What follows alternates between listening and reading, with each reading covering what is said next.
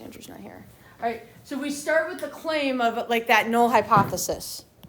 And then we have some sort of alternative to that claim. In this case, our alternative was specifically, is it different from, so our alternative was not equal to. All right, and then we go through, we check our conditions. The big idea for the conditions that has changed is when you have a hypothesized value for P, which we do, my null hypothesis was 0.162, we use that to check our normal condition instead of P hat, okay? All right, and then from there, we calculate something called a test statistic. Really what this test statistic does, it's a z-score. It tells us how crazy our sample is if the null hypothesis is true. Now, our sample value is 16%. Is that a crazy sample if our hypothesized value is 16.2%? Nah, my sample value is really close, okay? All right, so the more extreme that z statistic is, the lower my p-value will be. So, and we can see that when we look at the graph of the z-scores. If my z-score is like negative 1.2, I'd be further out here in my, right? Like all of a sudden, my boundary might be here or here, right? The crazier my sample is from what is expected, the further that z-score is going to be from 0. Is everybody with me? Okay? All right, so we got this p-value of 0.94. What that means is 94% of samples will be as extreme as ours, which is almost all of them. Yeah? So, our sample is not crazy unlikely if that null hypothesis is true. Is everybody good? Okay. So, your conclusion has to follow a very specific format. All right. You're always going to start with your p-value, and you are going to compare it to a level of significance. Remember that letter alpha that we talked about. If I don't give you alpha, use 0.05. So 5% is the like give or take, okay? So since 0.904 is greater than 0.05, all right, so we start with our evidence. Our evidence is our p-value compared to alpha, okay? If my p-value is greater than alpha, should I reject the null hypothesis or fail to reject the null hypothesis?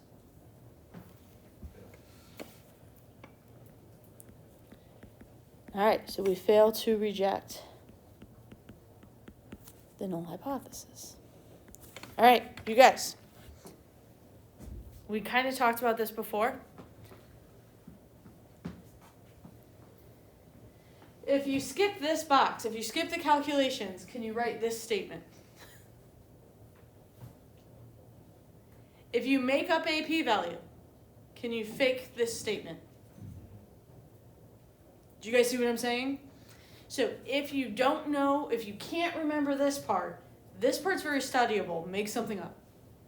Fake it till you make it. You can get a 2 out of 4 without being able to do the calculations for any one of these questions if you at least know kind of the structural components of what's going on, okay? That being said, just get the p-value, okay?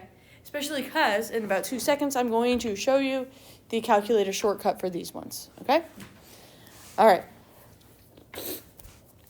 If I fail to reject the null hypothesis, I'm not done with my conclusion. If I haven't rejected the null hypothesis, I still have 2 hypotheses, yes? So, we do not have convincing evidence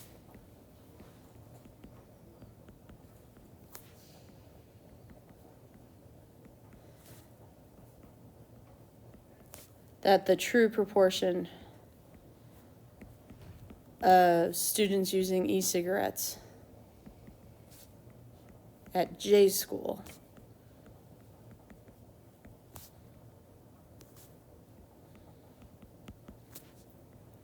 is different from the national results.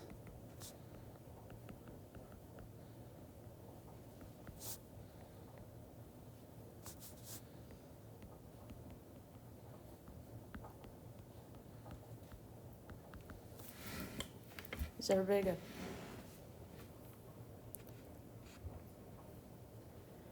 Okay. Next, I want to show you the calculator shortcut that gets you what you need to show, okay? If just like to find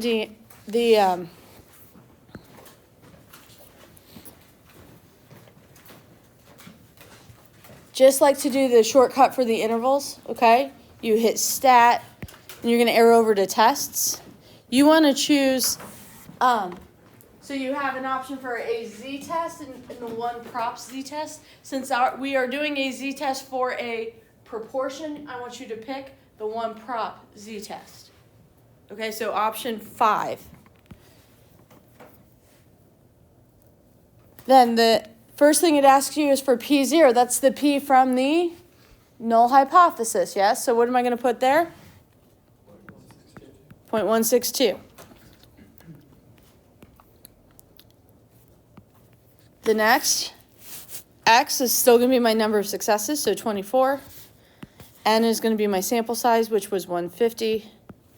Then it's going to ask you which direction was your was your alternative, okay?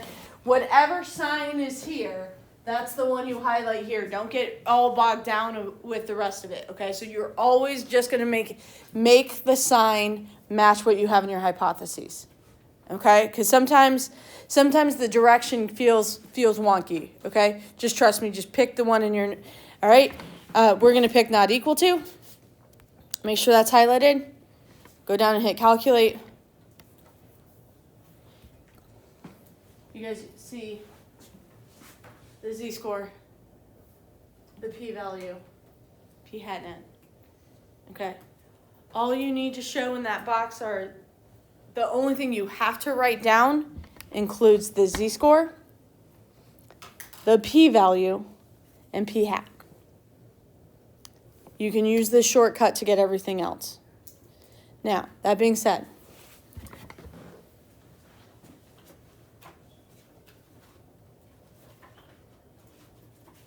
the homework that you guys turned in, there was a shortcut in your calculator to find a confidence interval, but I could still make you show me the work for a confidence interval in a multiple choice question. It's the same thing will happen here. Okay, so I could still make you show me the formula by asking a multiple choice question in that way. I didn't in the homework, I could on the test. So I don't want you guys to think just because there is a calculator shortcut that you shouldn't be familiar also with the structure of where everything's coming from. Everybody good? Okay. The next thing I want to point out is you can also use confidence intervals to make conclusions about the null hypothesis, okay? So if we did a 95% confidence interval, we're not going to go through all the conditions and all that kind of stuff. If I asked you guys to take that sample and create an interval, we'd go to stat, test, and we'd choose the one prop z int, and we're doing 95%, yeah? Okay, do you guys remember doing these, the shortcut? Okay, oops, hold on.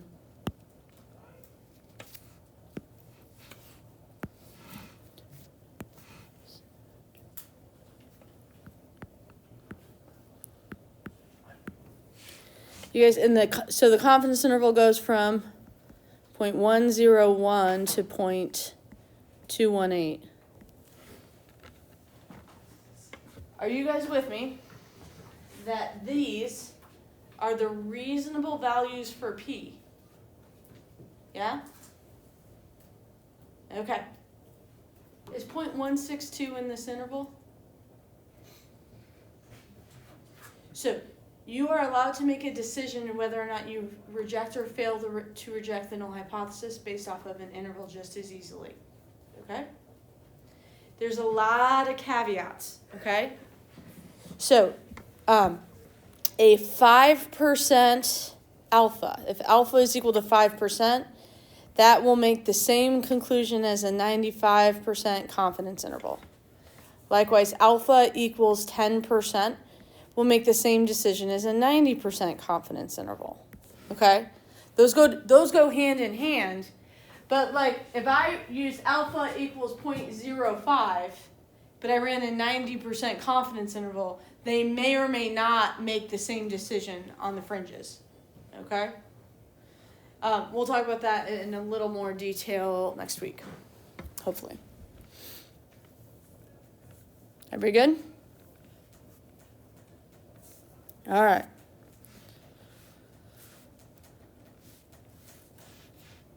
Let's do this example.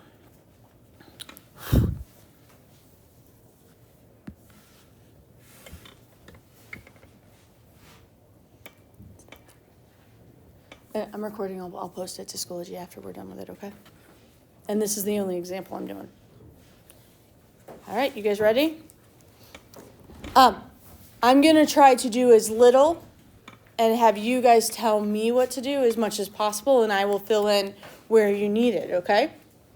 So in the choose box, what's the very first thing we should do?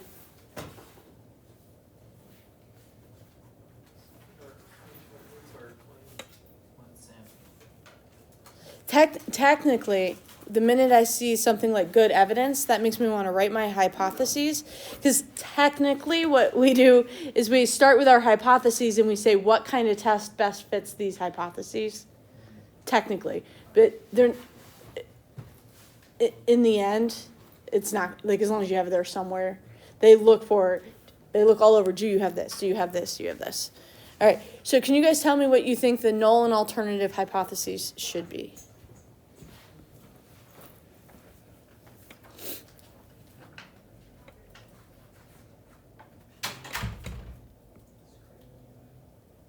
What should my null be? My null is not. My null always has an equal sign. So it is P equals what number? 0.2. And if I have enough evidence, I reject the null and conclude the alternative. What do I want to be able to conclude with enough evidence? P is greater than 0.2. So your alternative hypothesis is always what you want to conclude. Is everybody good? And what is P? It's the true proportion of customers willing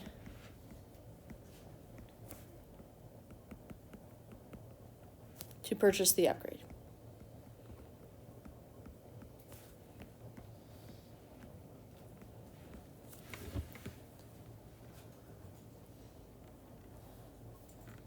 Okay, you guys, knowing that, Ben, what procedure would be appropriate to choose?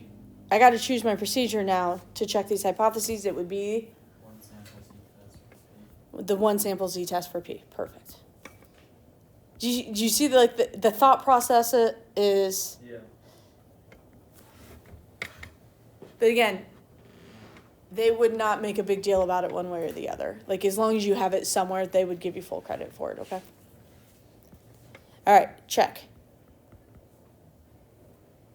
What condition should I check first? We were given random sample.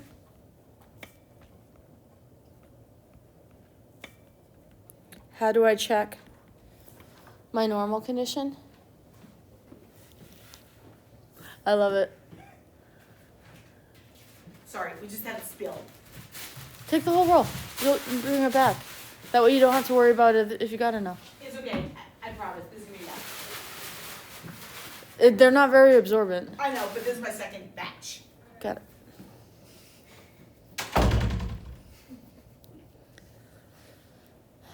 She adds color to my life. So that's how I describe her. Okay, now what, guys? The normal condition. Okay, so I'm going to do 60 times 0.2. Remember, in this case, we use the null hypothesis. 60 times 0.8. 61 is 12 and 48, I think. Those are greater than or equal to 10. Woohoo! Somehow you should probably write normal. Theoretically, the p hats are normal, but that's, Okay. And then lastly, 60 is probably less than 10% of customers. Let's hope, right? Because if they don't have 600 customers, they're probably not a very good software company. Okay? Now what?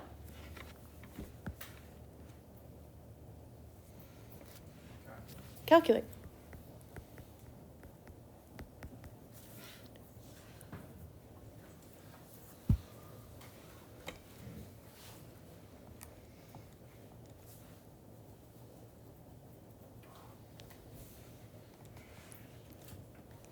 So, guys, just so I want you guys so I have my calculator up here, right?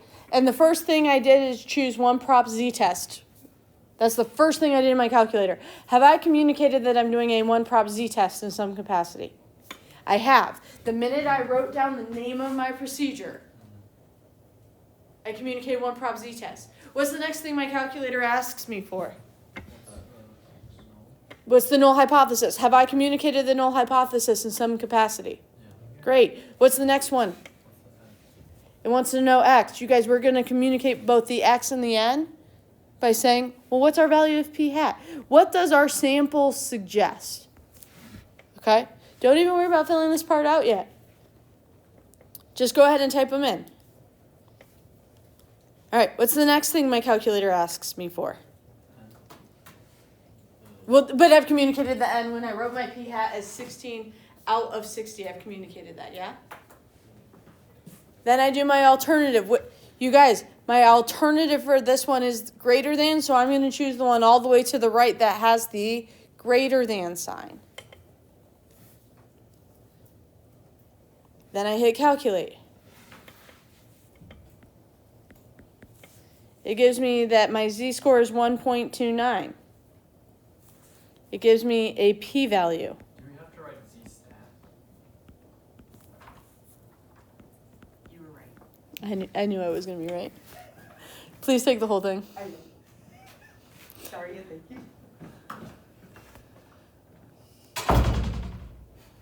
You know what I should have done just now? Because I've perfected an I told you so dance.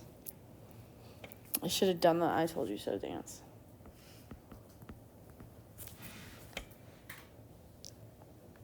You have to do the prop is greater. I mean, that's just essentially restating that you have your. It's basically stating your alternative hypothesis, yeah? Are we still doing okay? 0.162.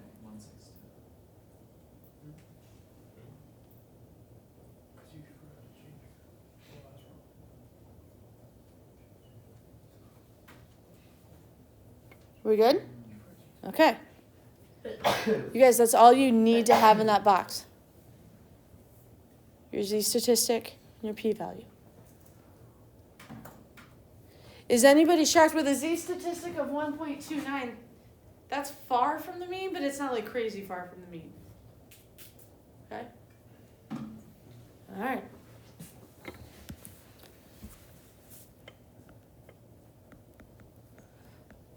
First part of my conclusion should say, since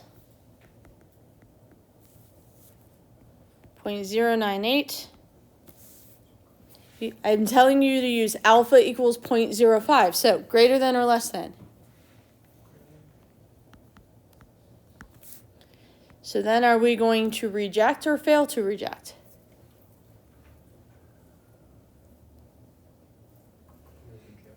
Fail to reject.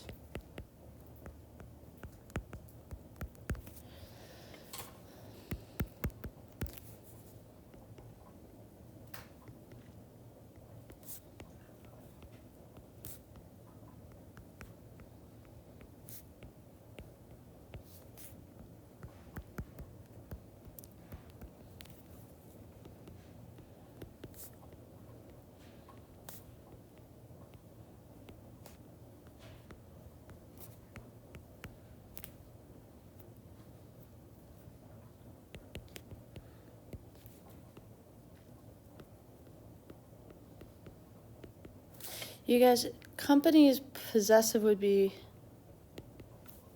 is that right?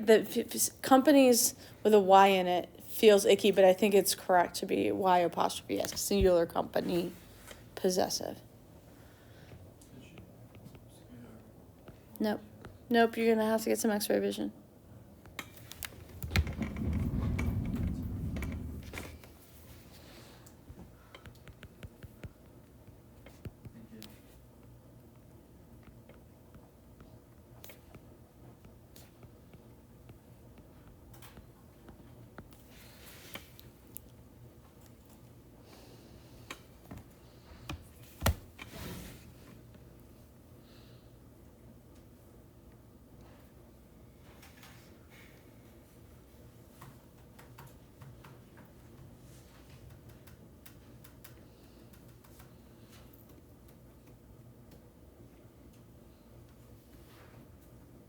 So did the $100, no, it doesn't mean anything.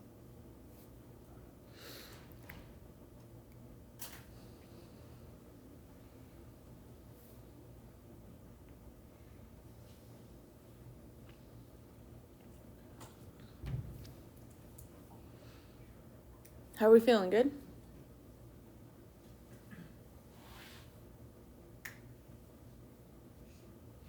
All right, I'm gonna give you some opportunities to practice. That's why you have the homework and quiz review, okay? Go ahead and practice those for a little bit. And then on Tuesday, I think what I have set up is, I messed with the calendar this morning. There's some kind of some weird stuff that can happen with these. On Tuesday, what I'd like to do is I'm going to do some mixed review of intervals and tests and some interesting kind of things to think through. And then I think the way I have it, so on Tuesday we'll do that and review for the quiz, and then you'll take your next quiz on Thursday of next week. So these are due Tuesday. Nope, these won't be due until Thursday. But Thursday during class, I'm gonna have like an alternate activity for us to kind of work through. I think I got to double check the calendar, but I think that's how I want to do it. Okay. Cool.